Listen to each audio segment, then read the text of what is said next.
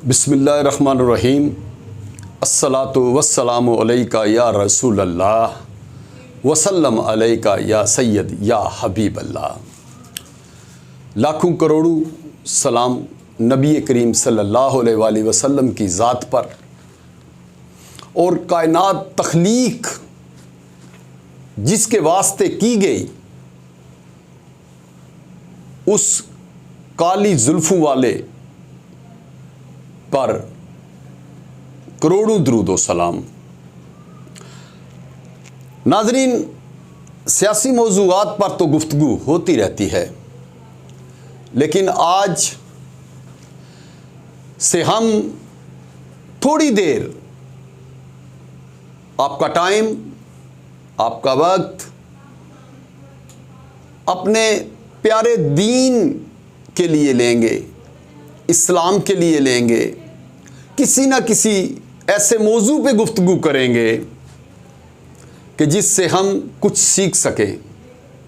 कहीं पर अगर मेरी तरफ से भी गलती हो जाए तो इस्लाही हवाले से आप भी मुझे बता सकते हैं कि आप कहाँ गलत हैं, क्या गलती हुई है।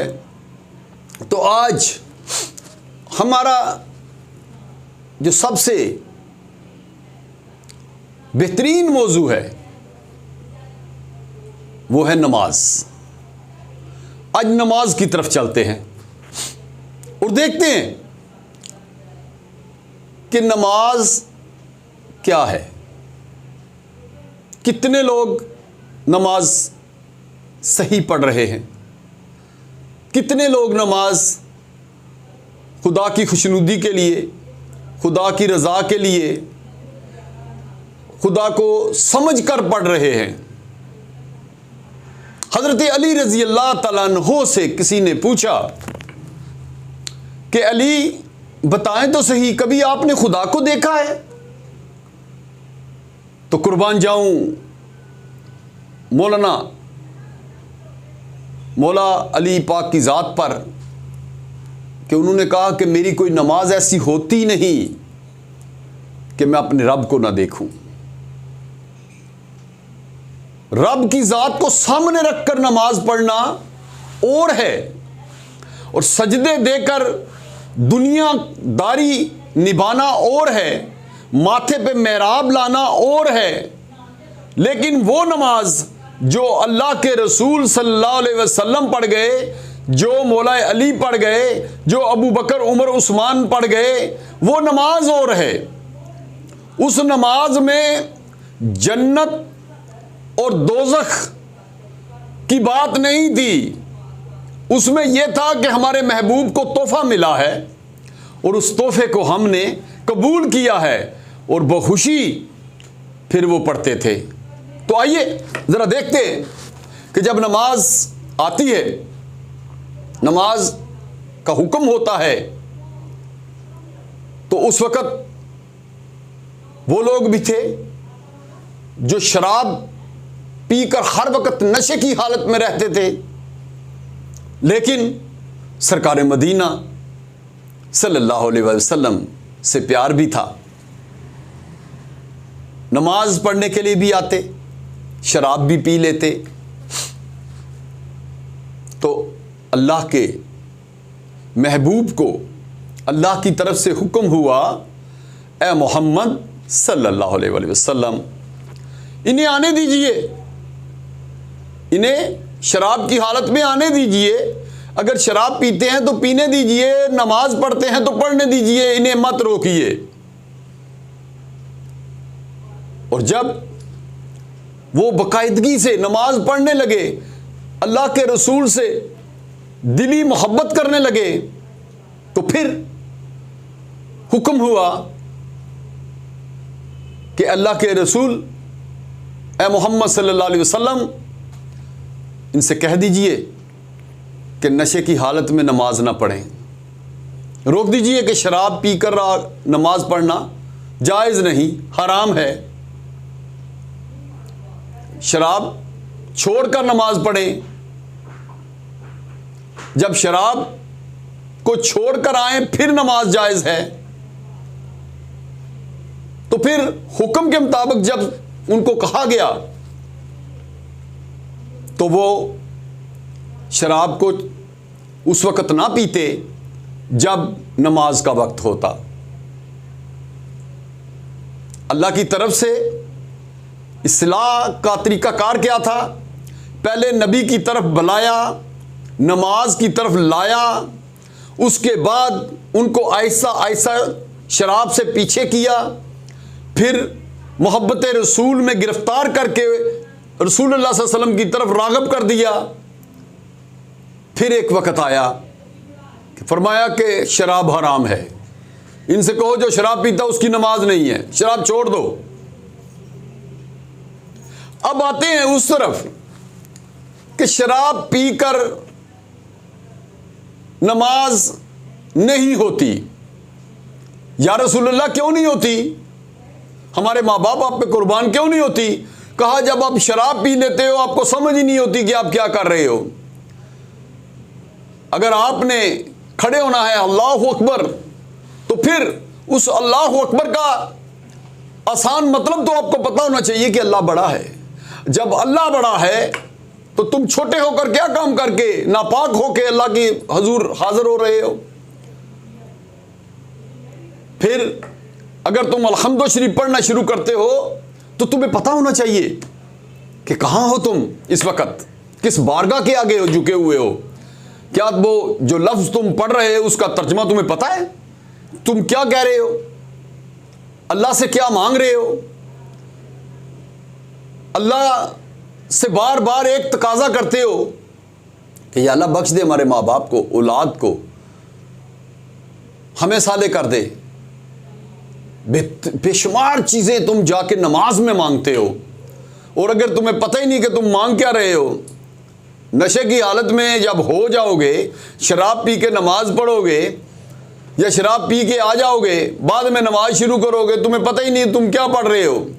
मतलब यह कि एक शराबी को शराब पीकर अगर लफ्ज़ों की समझ नहीं है, हम मौजू की तरफ आते हैं कि नमाज को समझ कर पढ़ना चाहिए।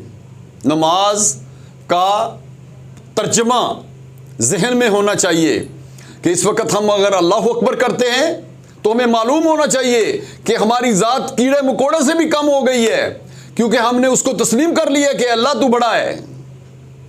जब बड़ा हो गया, मालिक हो गया, तो फिर गुलाम क्या काम है कि वो सर को फिर उठाए। फिर उसका काम है कि सर को झुका ले और उस ज़मीन की तरफ देखे जिसमें उसने दफन हो जाना है।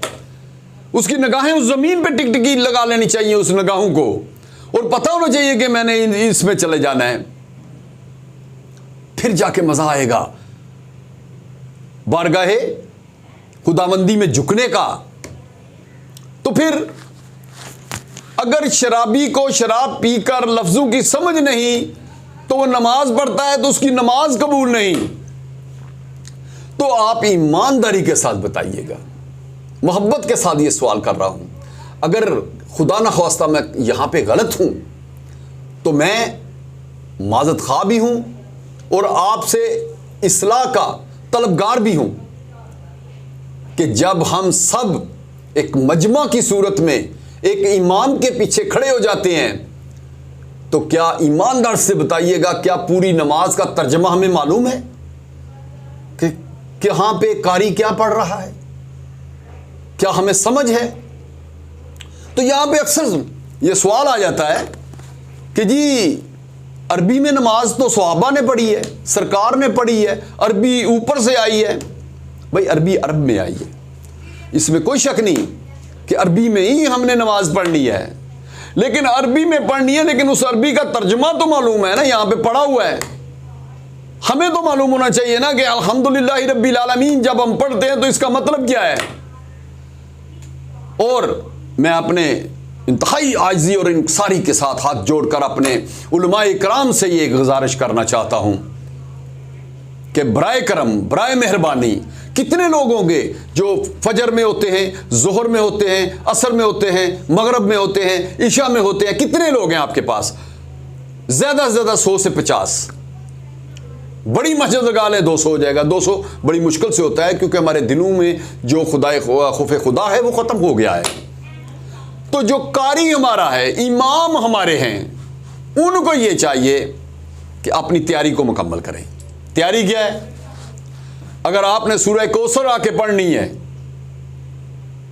और उसके बाद सूरह इखलास पढ़नी है आपने, तो इन दो सूरत का तर्जमा, इन दो आयात का तर्जमा आपने पहले 5 मिनट मस्जिद में आना है, आके अपने मुक्तदी जो हैं उनको कहना है, भाई आज जो आपने मेरे पीछे फ़र्ज पढ़ने हैं, उन फ़र्ज़ों में पहले मैंने ये आयत पढ़नी है, फिर मैंने ये आयत पढ़नी है। पहली मेरी जो आयत है उसका तर्जमा ये है, दूसरी जो आयत है उसका तर्जमा ये है। और जब तर्जमे का पता लग जाएगा तो अगर आप सूरह रहमान पढ़ते रहें, रब बार बार कहता है कि मेरी कौन कौन सी नेमतों को जुटलाओगे, मेरी कौन कौन सी नेमतों को जुटलाओगे। वहां पे रब दोज़ख का जिक्र भी करता है, जन्नत का करता है, हुरू का भी करता है, नहरों का भी करता है, पहाड़ों का भी करता है, समंदर का भी करता है, खाने का भी करता है, फल का भी करता है, फूल का भी करता है। लेकिन अगर आप उस सूरत को समझ ही नहीं सके, वो पढ़ता गया, एक अंधे की तरह आप चलते गए, आपको पता ही नहीं रास्ते में तिलकन है या फिर रास्ता साफ है। अगर तिलकन है तो आप गिर जाएंगे, साफ है तो आप गुजर जाएंगे, लेकिन क्या है आपको पता नहीं आगे क्या है। तो इसलिए उलमा इकराम से यह कहूंगा कि थोड़ा सा तरद्दुद है, थोड़ी सी मेहनत है कि हर नमाजी को पहले यह तलकीन करें कि भाई आपने जो सूरत पढ़नी है आपको तर्जमा मालूम होना चाहिए, आपको नमाज का तर्जमा मालूम होना चाहिए। अगर आप तर्जमा नहीं समझ सकते, नमाज का नहीं पता कि आप क्या पढ़ रहे हैं, इमाम ने क्या पढ़ा है आपको समझ नहीं है, सिर्फ बारगाहे खुदाबंदी में झुक कर वापस जा रहे हैं, कबूल करना ना करना उस रब की मर्जी है। लेकिन मैं इंतहाई माजरत के साथ ये कहूँगा कि अगर वहाँ पे शराब पीने वालों को होश नहीं कि वो क्या पढ़ रहे हैं, तो यहां पे मुक्तदियों को यहां होश नहीं है कि वो क्या पढ़ रहे हैं, वो भी उसी तरह पढ़ रहे हैं जिस तरह वो पढ़ रहे थे। इसलिए उलमाए कराम मोहब्बत फरमाएं, कोई लफ्ज़ तल्ख हो तो मैं माफ़ी चाहता हूं, क्योंकि मैं अपने फ़िरके से मोहब्बत करता हूं, अपने दीन से मोहब्बत करता हूं, सरकार मदीना सल्लल्लाहु अलैहि वसल्लम की ज़िंदगी से मोहब्बत करता हूं, सहाबा इकराम रज़ी अल्लाह ताला अन्हो की ज़िंदगी से मोहब्बत करता हूं, पंजतन पाक के मानने वाला हूं, ज़हरा के दर का ग़ुलाम हूं, और नौलैन पाक मैं समझता हूं कि खाक भी मैं अगर चूम लूँ तो मैं अपने आप को मैं समझता हूँ कि मैं बुलंदियों पे हूँ इस वक्त। तो इसलिए सिर्फ उलमा इकराम से हाथ जोड़ कर ये कहूँगा, यार खुदा वास्ते मुक्तदियों को ये करें कि उनको थोड़ा सा 2 आयतों का तर्जमा समझा दें, 2 आपने पढ़नी होती हैं, समझा दें, उसके बाद उनको ये कहें कि आहिस्ता आहिस्ता तर्जमा सीख जाएं। तो आप 5 मिनट पहले आके उनको बता दें कि कुरान की ये आयत हमने पहले पढ़नी है, उसका तर्जमा ये है, ताकि जब वो आप पढ़ना शुरू हो जाए उनके दिल पे असर होना शुरू हो जाए कि यार इमाम साहब तो ये कह रहे हैं, खुदा ये कह रहा है, हम कहाँ भटक रहे हैं। अगर सूरह निसा को हम खोल लेते हैं तो वहां पे बार बार तज़किरा आता है। ये हमारी ख़वातीन जो हैं आज बाजारों में घूम रही हैं, गलियों में जा रही हैं, शॉपिंग कर रही हैं, कब्रिस्तानों में जा रही हैं, क्या है? जमहूरियत है। लेकिन कुरान जमहूरियत नहीं देता, इस्लाम जमहूरियत नहीं देता। वहां पर तो ये है कि नामहरम है तुम्हारी खालाजाद भाई, चचाजाद भाई, फूफीजाद भाई, मामूजाद भाई, चचेर भाई, जो भी हैं तुम्हारे, वो नामहरम है तुम्हारे लिए, तुम्हारी आवाज तक कोई बाहर नहीं सुन सकता। तो इसलिए सिर्फ बताना, अवेयरनेस देना उलमा का काम है, और बंदे का काम है कि अपनी हाजिरी यकीनी लगवाए। तो नमाज को समझ कर पढ़िएगा। मैं उम्मीद रखता हूं जी कि आप इंशाअल्लाह ताला मेरी इस बात पर अमल भी करेंगे और अल्लाह पाक मुझे भी अमल करने की तौफीक दे, और मैं इसी तरह आपके सामने हाजिर होता रहूं। अल्लाह पाक मेरा और आपका हामी नाज़िर हो। अल्लाह हाफिज़।